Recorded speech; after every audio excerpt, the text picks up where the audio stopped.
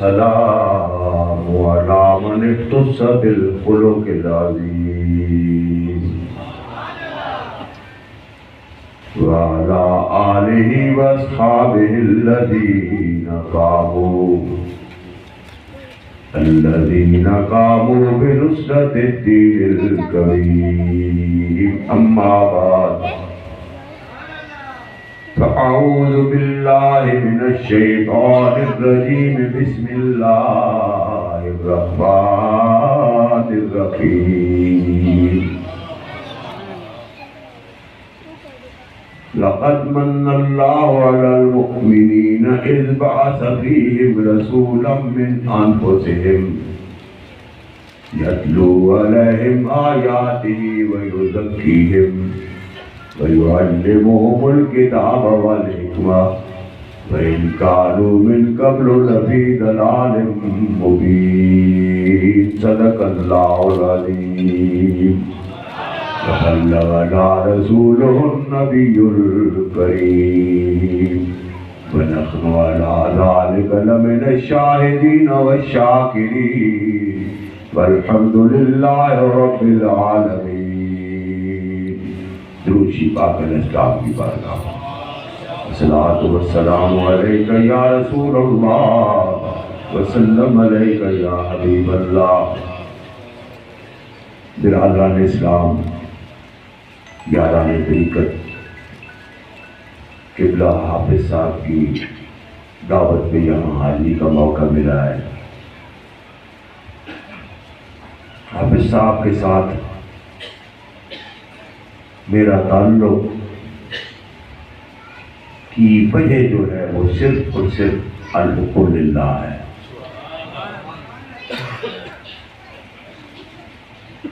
اور رسول اللہ صلی اللہ علیہ وسلم کا ایک فرمان تھا کہ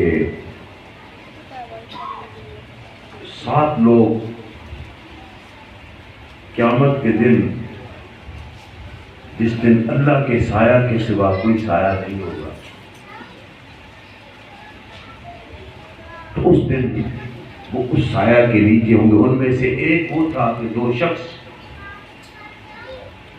اللہ کی محبت کی بنا پر اکٹھے ہوتے ہیں، اللہ کی محبت کی وجہ سے ایک مجلس میں بیٹھتے ہیں، اور اللہ کی محبت پر اس مجلس سے ایک دوسرے سے جدا ہوتے ہیں، اس امید پر کہ ہم دوبارہ اسی محبت کی وجہ سے اکٹھے ہوں گے. میں نے آپ کے سامنے آیت کریمہ تلاوت کی ہے. اس میں اللہ رب العزت اپنے محبوب کی بعثت کے مقاصد سے دنیا اور دنیا والوں کو آگاہ فرما رہے ہیں. فرما رہے ہیں کہ اے اولاد آدم، یہ مت گمان کرنا کہ میرا یہ رسول صرف اپنی تعریفیں سننے اور سنوانے کے لیے دنیا میں بھیجا گیا ہے. یہ میرا رسول اپنی نعتیں پڑھوانے کے لیے دنیا میں نہیں بھیجا گیا، اپنی تعریف کے قصے سنانے کے لیے دنیا میں نہیں بھیجا گیا، بلکہ اس کے بھیجنے کے بہت سے مقاصد ہیں. اس کے بھیجنے کے، یاد رکھیے گا کہ نبی کریم صلی اللہ علیہ وسلم کی بعثت سے پہلے ہزاروں سال، تقریباً 2500 سال پہلے،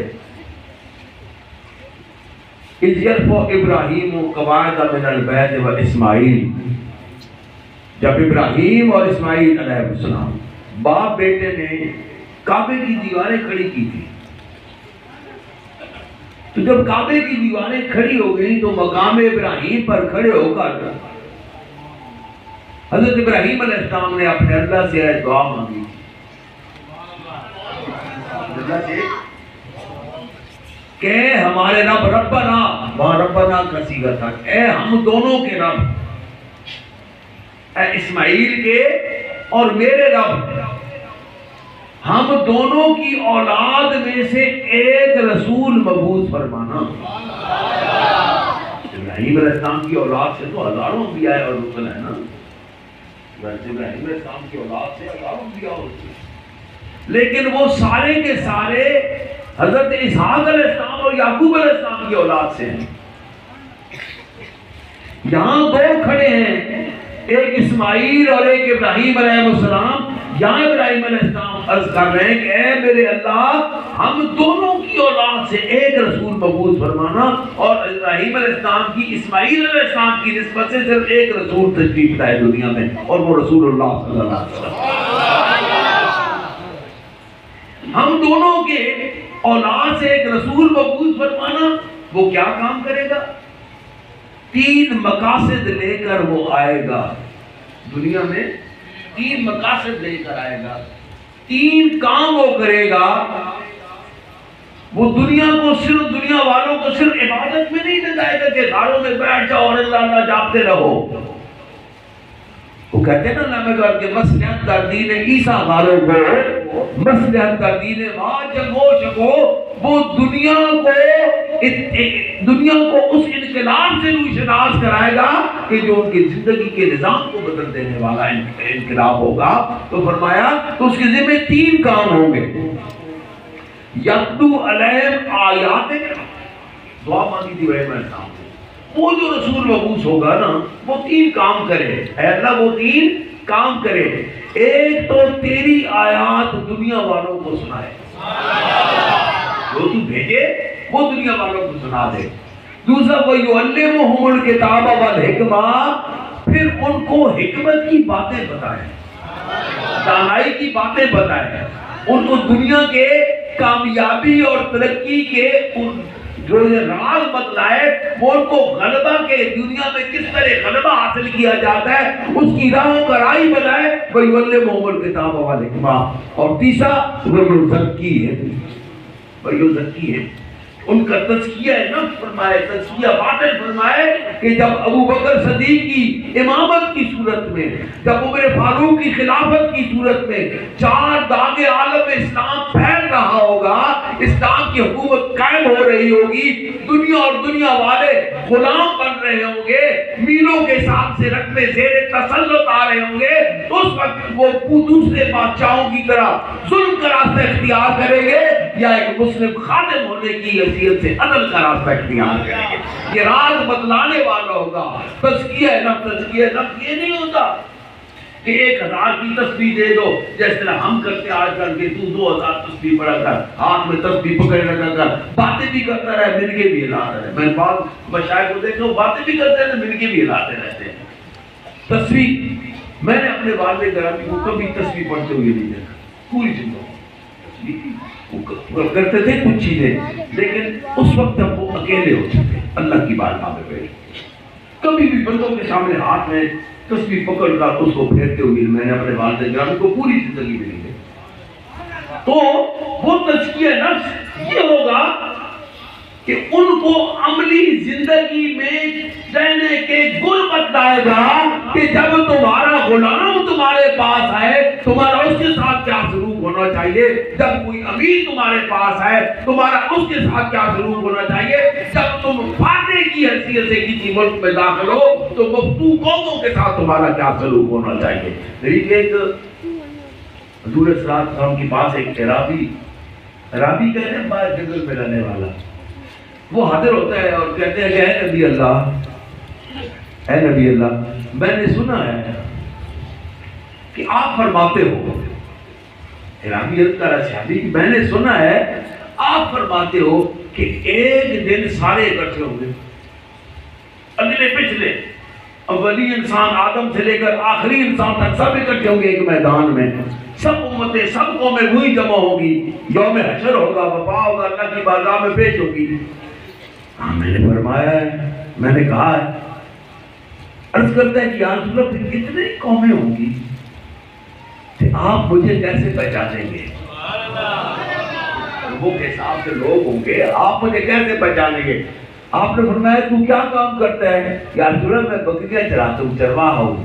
آپ نے تو جنگل میں بکریاں چراتا ہے جی، وہاں اور چرواہوں کی بکریاں بھی تو آتی ہوں گی جی، آتی ہیں، تیری بکریاں ان کے ساتھ مل جاتی ہوں گی جی، مل جاتی ہیں، پھر شام کو تو چن کے اپنی بکریاں کیسے واپس آتا ہے؟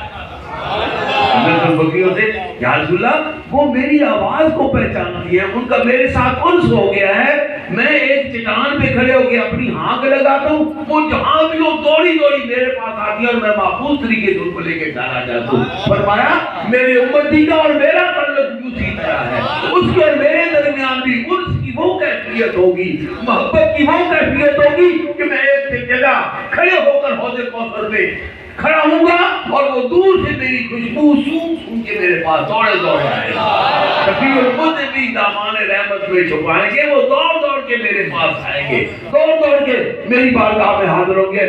حضرت جابر بن سمرہ رضی اللہ تعالیٰ عنہ فرماتے ہیں کہ جب ہم مدینہ کی گلیوں میں نکلا کرتے تھے نا تو وہاں بازار سے آنے والی میٹھی میٹھی بھینی بھینی پیاری پیاری خوشبو سے ہمیں پتہ چل جاتا تھا کہ کائنات کا والی ان راہوں سے گزرا ہے، ہاں کی خوشبو سے پتہ چل۔ فرمایا تو یہ تعلق ہوتا ہے، ایک عربی کے ساتھ یہ تعلق ہے، سردار کے ساتھ کیسا تعلق ہوگا، امیر کے ساتھ کیسا تعلق ہوگا، غریب کے ساتھ کیسا تعلق ہے، ظالم کے ساتھ تمہارا کیا عمل ہو، مظلوم کے ساتھ تمہارا کیا عمل ہو۔ عربوں کے جاہلان عرب کا یہ عقیدہ تھا، یہ نظریہ تھا، یہ قول تھا کہ انصر اخاک ظالما او مظلوما، کہ اپنے بھائی قبیلے والا جو تمہارا ہے نا وہ اپنے بھائی کی مدد کرو، خواہ وہ ظالم ہو یا مظلوم ہو۔ جیسے آج آپ خانوں میں چل پڑتے ہیں، میرے چچا کا بیٹا ہے، میرے ماموں کا بیٹا ہے، یہ جاتی پر ہے، یہ بدکار ہے،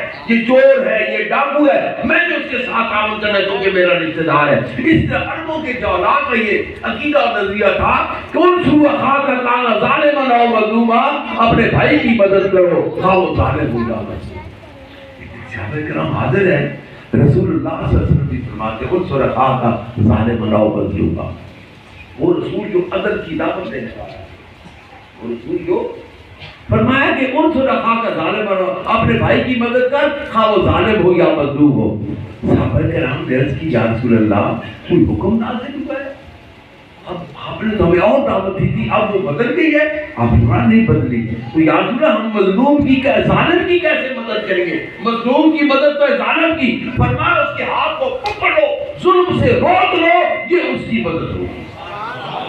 یہ تزکیہ نفس ہوتا ہے، دنیا کے آداب سکھانا، دنیا کی تعظیم سکھانا، دنیا کا تمدن بتلانا، دنیا میں زندہ رہنے کے طور اور طریقے بتلانا، یہ وہ تزکیہ نفس ہے جس کی دعوت لے کر رسول اللہ صلی اللہ علیہ وسلم میں تشریف لائے تھے، اور جو ذمہ داری آپ کو سونپ کے اللہ رب العزت نے دنیا میں بھیجا تھا اور وہ آپ نے منتقل کی اپنے بعد آنے والے اپنے صحابہ میں، صحابہ کے تابعین میں، تبع تابعین میں، پھر اولیاء حق میں، اور آپ نے جو ہے وہ وراثت چھوڑی اس کی۔ تو ابراہیم علیہ السلام نے جو دعا مانگی تھی وہ 3 حصوں پر مشتمل ہے۔ پہلا ہے کہ یتلو علیہم آیاتک ویعلمہم الکتاب والحکمہ ویزکیہم۔ اب اس پر ترکیب پر غور کریں تو علم کے ساتھ 2 چیزیں تعلق رکھتی ہیں اور ایک عمل کے ساتھ۔ یتلو علیہم آیاتہ وَيُعَلِّمُهُمُ الْكِتَابَ وَالْحِکْمَةَ، ان دونوں کی ابراہیم علیہ السلام نے پہلے عرض کی، وَيُزَكِّيهِمْ بعد میں رکھا، یعنی انبیاء کرام کے نزدیک علم مقدم ہے عمل سے، کیونکہ وہ عمل جو علم کے بغیر ہوتا ہے وہ گمراہ کر دیتا ہے، وہ بھٹکا دیتا ہے، وہی عمل درست رہتا ہے جو علم کی قید سے مقید ہوتا ہے۔ اب جب اللہ رب العزت نے اس دعا کو 2500 سال بعد قبول فرمایا عملی طور پر، تو کیا اعلان فرمایا کہ لقد من اللہ علی المؤمنین، اے انسانوں میں سے وہ گروہ جو ایمان لانے والا ہے، اور عادل میں سے وہ گروہ جو ایمان لانے والا ہے، جو ماننے والا ہے۔ لقد من اللہ علی المؤمنین، اللہ نے ان مومنوں پر احسان فرما دیا ہے، اذ بعث فیہم رسولا من انفسہم، جب ان میں سے ان کی ہدایت کے لیے ایک رسول مبعوث فرمایا۔ وہ کیا کام کرتا ہے؟ 3 کام کرتا ہے۔ یتلو علیہم آیاتی، پہلا جو میں بھیجتا ہوں وہ ان کو سناتا ہے۔ عیسیٰ علیہ السلام نے اپنے حواریوں سے کہا کہ اب مجھے جانا ہے، اب مجھے میرے جانے کا وقت آ گیا، کیونکہ میں جاؤں گا تو وہ آئے گا، میں جاؤں گا تو وہ آئے گا اور وہ تمہیں وہی بتلائے گا جو اس کا اللہ اس کو فرمائے گا، وہ اپنی جانب سے کچھ نہیں کہے گا، وہ اپنی جانب سے کچھ نہیں کہے گا۔ یہ آج کی بائبل میں بھی اگر غور سے آپ پڑھیں، میں ایک بات کہتا رہتا ہوں کہ جو شخص قرآن سے دل لگا لیتا ہے اور قرآن سے اس کی روح کا ملاپ ہو جاتا ہے قرآن سمجھنے میں، تو اگر تورات پڑھے گا اور انجیل پڑھے گا آج کی بدلی ہوئی، تب اس کو پتہ چل جاتا ہے کہ یہ آیت ہے اصل، یہ تورات میں آیت ہے اصل، یہ انجیل میں آیت ہے اصل، اور یہ ہے نبی کا وعد، اور یہ وہ گھرنٹو عقیدہ جو بعد میں آنے والے مسیحوں نے اس میں داخل کی، وہ سمجھ جاتا ہے۔ جس کو جو قرآن کے جو وحی کے مزاج کو سمجھ جاتا ہے، جو وحی کے مزاج کو سمجھ جاتا ہے، کیونکہ وحی کا مطالعہ کرنے والا جب اخلاص سے اس کا مطالعہ کرتا ہے تو وحی اس کی روح بن جاتی ہے، وہی اس کے ساتھ اپنا تعلق پیدا کر لیتی ہے، وہی اس کے فہم و ادراک میں آ جاتی ہے، اور جب اس کے فہم و ادراک کے ساتھ وہی کا تعلق ہو جاتا ہے تو پھر قرآن کے معنی اس پر نازل ہونا شروع ہو جاتے ہیں۔ تو فرمایا کہ لَقَدْ مَنَّ اللَّهُ عَلَى الْمُؤْمِنِينَ إِذْ بَعَثَ فِيهِمْ رَسُولًا مِّنْ أَنفُسِهِمْ، اے مومنو تم پر اللہ کا احسان ہے کہ اس نے تمہیں وہ رسول دیا جو 3 کام کرتا ہے۔ پہلا کام، جو میں نازل کرتا ہوں وہ تم کو سنا دیتا ہے، اور پھر جو میں نازل کرتا ہوں اس پر اس کے مطابق وَيُزَكِّيهِمْ، تمہارا تزکیہ کرتا ہے۔ وہاں ابراہیم علیہ السلام نے جن 3 دعائیں مانگی تھی، 2 کا تعلق علم کے ساتھ تھا، وہ پہلے تھی، تزکیے کا بعد میں تھا۔ یا اللہ رب العزت نے قبولیت کے وقت ترکیب بدل دی، یا فرمایا یتلو علیہم آیاتہ ویزکیہم، تزکیہ کو درمیان میں کر دیا، ایک علم کو پہلے کر دیا، ویتلو علیہم آیاتہ ویزکیہم ویعلمہم الکتاب، ایک علم کے ساتھ تعلق رکھنے والے مقصد کو، عمل کو، کام کو وہ بعد میں کر دیا۔ وہ اس کا اظہار فرما دیا اللہ تعالیٰ نے کہ اے میرے محبوب کے ماننے والوں، تمہارا وہی تزکیہ صحیح تزکیہ ہوگا، وہ تمہارا وہی عمل صحیح عمل ہوگا، تمہارا وہی تصوف صحیح تصوف ہوگا، تمہاری وہی طریقت صحیح طریقت ہوگی، تمہاری وہی حقیقت کی رائے صحیح حقیقت کی رائے ہوگی، جن کی ایک جانب قرآن کا پیرا ہوگا اور دوسری جانب صاحب قرآن کی سنت مطالعہ کا پیرا ہوگا۔ دو فصیلوں کے درمیان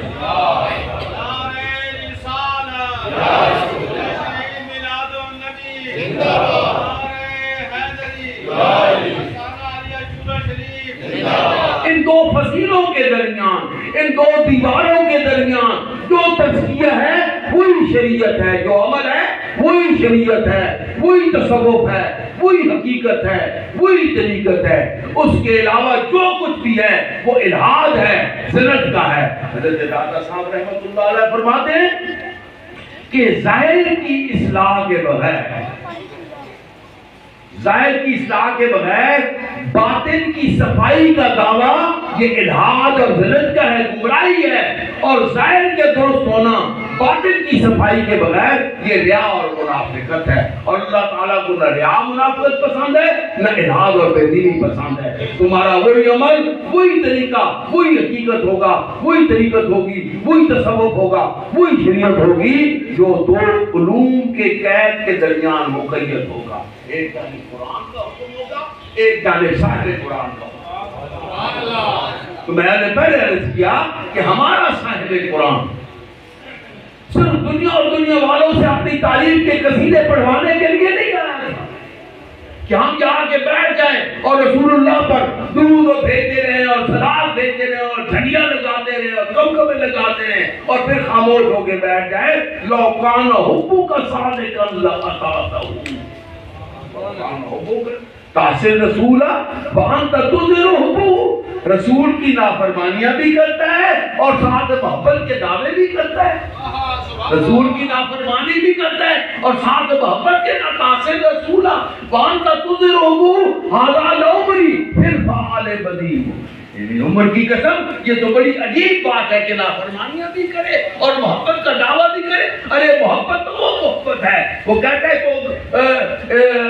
تو اکبل زند دارا و زند دارا وما حب دیار شغف قلبی ولکن حب من سکن الدیار، کہ کہتا ہے میں جس گلی سے گزرتا ہوں، جس شہر سے گزرتا ہوں، جس کوچے سے گزرتا ہوں، میں سمجھتا ہوں میری لیلا کا کوچہ ہے، یہ میری لیلا کا مکان ہے۔ کبھی میں اس دیوار کے بوسے لیتا ہوں، کبھی اس دیوار کے بوسے لیتا ہوں، اور کل کے اندر یہ نہ سمجھنا کہ میری محبت دیواروں سے، میری محبت ولیکن حب من سکن الدیار، محبت دیوار سے نہیں، محبت ان دیواروں کے اندر رہنے والے سے ہے۔ تاثر رسول وانت تدر حبو حالال عمری پھر فعال بدیو لوکان حبو کا صادق اندہ اطاعت، اگر تمہاری محبت سچی ہوتی تو تم اس کی اطاعت کرتا ہے، تمہاری محبت سچی ہوتی تم اس کی اطاعت کرتا۔ لوکان حبو کا صادق اندہ اطاعت، ان المحب لمن یحب مطیع، کیونکہ محبت کا دعویٰ رکھنے والا تو وہ محبوب کے نقش پا کو تلاش کرتا رہتا ہے۔ مقصد آج محبت کے دعوے داروں کو، آج اہل بیت کی عظمت کے پاسبان بننے والے جو ہے گمراہ اہل سنت میں سے گمراہی پھیلانے والوں کو یہ کہتا رہتا ہوں کہ یاد رکھو وہ محبت اہل بیت، وہ محبت آل اطہار جو ہمیں صحابہ کرام کی گستاخی کی دعوت دیتی ہے، ہم اس محبت سے توبہ کرتے ہیں۔ ہم اہل بیت اور آل اطہار کی اس محبت کے قائل ہیں جو ہمیں صحابہ کرام کا ادب سکھاتی ہے اور صحابہ کرام کی محبت سکھاتی ہے، کیونکہ رسول اللہ صلی اللہ علیہ وسلم کے ساتھ جس چیز کی نسبت ہو جاتی ہے وہ امتی کے لیے محترم ہو جاتی ہے۔ ابن قیم لکھتے ہیں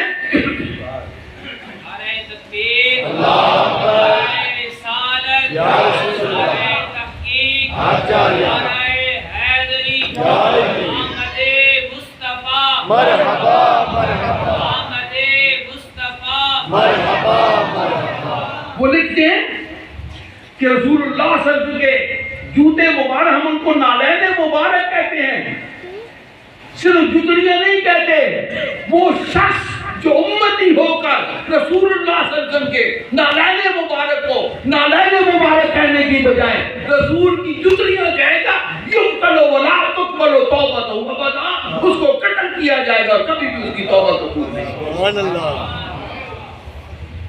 ایک شخص کہتا ہے آؤ بھائی کدو کھاتے ہیں، وہ کہتے ہیں یار مجھے اچھا نہیں لگتا، مجھے ناپسند ہے، وہ اس کو بتاتا ہے اللہ کے رسول نے اس کو پسند فرمایا ہے، اللہ کے رسول نے اس کو پسند فرمایا، وہ کہتا ہے مجھے یار نہیں اچھا لگتا، یقتل ولا تقبل توبۃ ابدا، اس کو قتل کیا جائے گا، اس کی توبہ کبھی بھی قبول نہیں ہوگی۔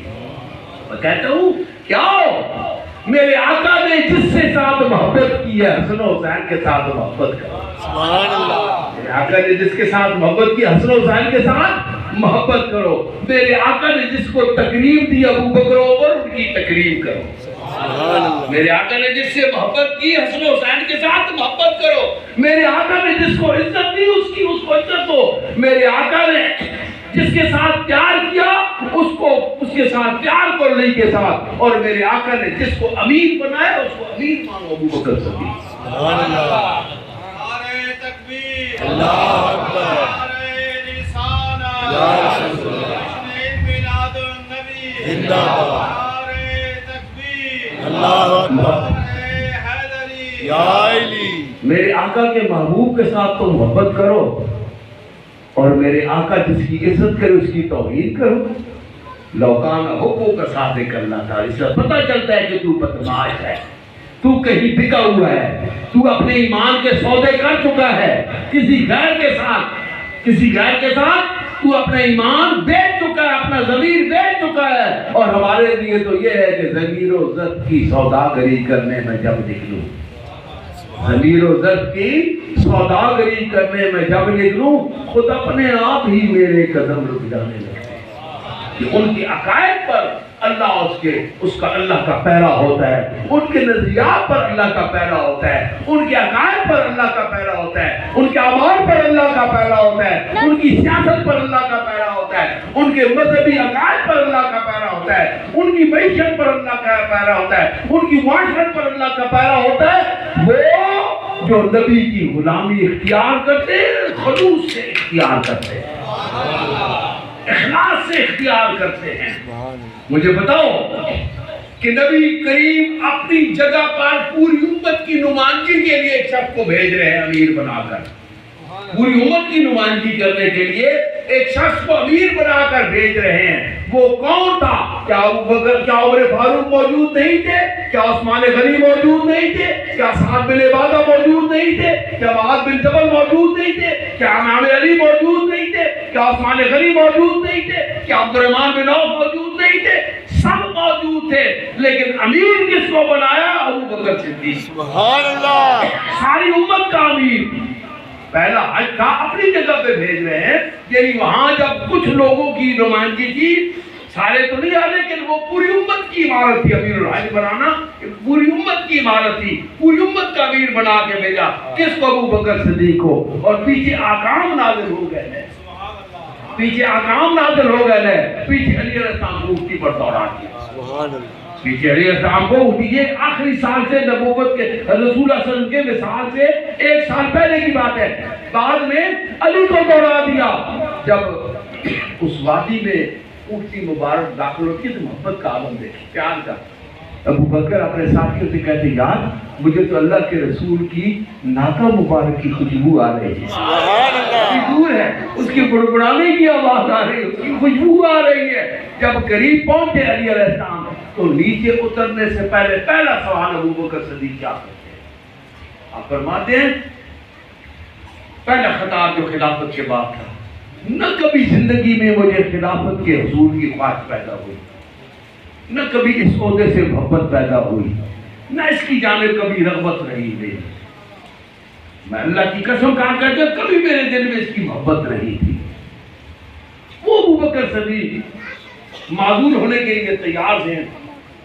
اونٹنی مبارک سے اترنے سے پہلے پوچھتا ہے کہ امیر او معمور، کہ علی مجھے معذور کر کے آپ کو امیر بنا کے بھیجا گیا ہے یا امیر میں ہوں آپ میرے ماتحت حج کرنے کے لیے آئے؟ یہ کہتے ہیں کہ عمارت کی یہ تھا وہ تھا دنیا کی، وہ عمارت جو ٹھکرانے کے لیے اپنے آقا کے اشارے پر پوری دنیا کی امامت ٹھکرا کو چھوڑنے کے لیے آمادہ. پوچھتا امیر و معمور. علی السلام فرماتے ہیں امیر انت انا معمور. میں تو صرف اللہ کے رسول کا اللہ تعالیٰ کے یہ پیغام سنانے کے لیے آیا ہوں جو بعد میں نازل ہوئے اور حج کے ساتھ اس کا تعلق ہے. اس کا تعلق ہے کیونکہ اس سے پہلے مکہ فتح ہو گیا تھا لیکن مومن بھی وہاں عبادت کر رہے تھے اور مشرک بھی کر رہے تھے. اس وقت یہ آیات نازل ہوئی سورہ توبہ کی کہ آج کے بعد کوئی مشرک اس گھر میں داخل نہیں ہوگا. میں تو وہ صرف احکام سنانے کے لیے آیا ہوں، یا کھڑے ہو کر احکام سنا دوں کہ آج کے بعد کوئی مشرک کعبہ میں داخل نہیں ہوگا. تو میں عرض کر رہا تھا کہ یہ رسول کی محبت ہے، یہ رسول کی اقتداء ہے. یہ رسول اللہ صلی اللہ علیہ وسلم کے ساتھ اس کا دعویٰ اس طرح سچا ہے کہ جس کو عزت دی اس کو عزت دو، جس کی تکریم کی اس کی تکریم کرو، جس کو عمارت سونپی اس کی عمارت کو تسلیم کرو، جس کو امام بنایا اس کی امامت کو تسلیم کرو. تب محبت کامل محبت کامل. میں اپنے اہل سنت بھائیوں سے، آپ علماء کرام سے، دینی سے تعلق رکھنے والے جو مجالس کرتے ہیں ان کو بتا رہا ہوں کہ سنیت کا نام لے کر 5-6-7 شخص محبت اہل بیت کا بہانہ بنا کر محبت اہل بیت کا صحیح العقیدہ سنی علماء پر تنقید کر رہے ہیں، ان کو مدعو کر رہے ہیں اور ان کے مقام کو ہونا کر رہے ہیں. یاد رکھو جب تمہارے مسلک کے علماء کا مقام تمہارے دلوں میں ہولا ہو جائے گا، دین تمہارے دلوں میں ہولا ہو جائے گا، رسول کی عظمت تمہارے دلوں میں ہولی ہو جائے گی، صحابہ کرام کی عقیدت تمہارے دلوں میں ہولی ہو جائے گی. اور پھر تم صرف اور صرف ذاتوں کے پجاری بننے والے بن جاؤ گے، ذاتوں کے ساتھ تعلق رکھنے والے بن جاؤ گے. ہمارا کبھی بھی ذاتوں کے ساتھ تعلق نہیں رہا، ہمارا تعلق دین کے ساتھ رہا. رسول اللہ صلی اللہ علیہ وسلم نے بھی کوئی نیا دین حتمی طور پر پیش نہیں فرمایا تھا، بلکہ آپ نے فرمایا تھا کہ میں اسی دین پر ہوں جس دین پر میرا دادا ابراہیم. سبحان اللہ. آپ نے کوئی نیا دین پیش نہیں فرمایا تھا، آپ اس دین کو تکمیل کے لیے آپ اس دین کی تکمیل کے لیے دنیا میں تشریف لائے تھے. تو اللہ تعالیٰ فرماتے ہیں لقد من اللہ علی المؤمنین اذ بعث فیہم رسولا من انفسہم یتلو علیہم آیاتہ ویزکیہم ویعلمہم الکتاب والحکمہ وإن کانوا من قبل لفی ضلال مبین. سبحان اللہ. ان صحابہ کرام کی تنقیص، ان صحابہ کرام کے ادب کے خلاف باتیں کرنا جن کے بارے میں اللہ تعالیٰ فرماتے کہ اولئک هم المؤمنون حقا، یہ حقیقی مومن ہے. اللہ تو فرما رہا ہے وہ حقیقی مومن ہے، اور تم ان کے ایمان پر شکوک کا اظہار کرتے رہو تو تم اپنے ایمان کی فکر کر، تمہارا کیا ایمان ہوگا. اللہ تعالیٰ فرماتے ہیں نا والذین آمنوا وہاجروا وجاہدوا. تین صفات کے حامل ایک گروہ ہے. تین صفات کا حامل ایک گروہ ہے. والذین آمنوا جو ایمان لائے.